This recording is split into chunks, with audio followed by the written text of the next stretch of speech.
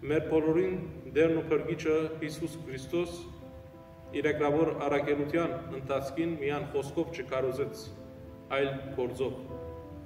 Գործնական կարոզության ամենն խոսում օրինակներն կնկատվին 4000-ի և 5000-ի գերակրումները։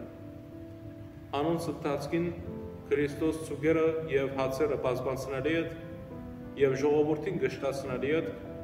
ան կպատվիրե իր առաքյալներուն, որ չտապեն մնացած ջաշը, այլ հավաքեն և պահեն։ Սիրելի հավատացյալներ, Քրիստոս այս երկու դրվագներով մեզի կսորվեցրե, որ չմսխենք Աստուծո կողմէ մեզի տրված բարիքները։ Վստահաբար անմիան ջաշի մասին չի խոսում, մսխում է նաև գաբունի Աստուծո կողմէ մեզի տրված ժամանակին, մեզի տրված միտքին,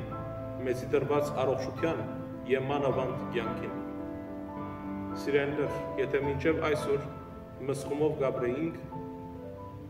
այսօր և մանավանդ բայեցողության շրջանը հարմարակույն առիթն է մսխում է հերու մնալու և Քրիստոսի պատվերը կատարելու։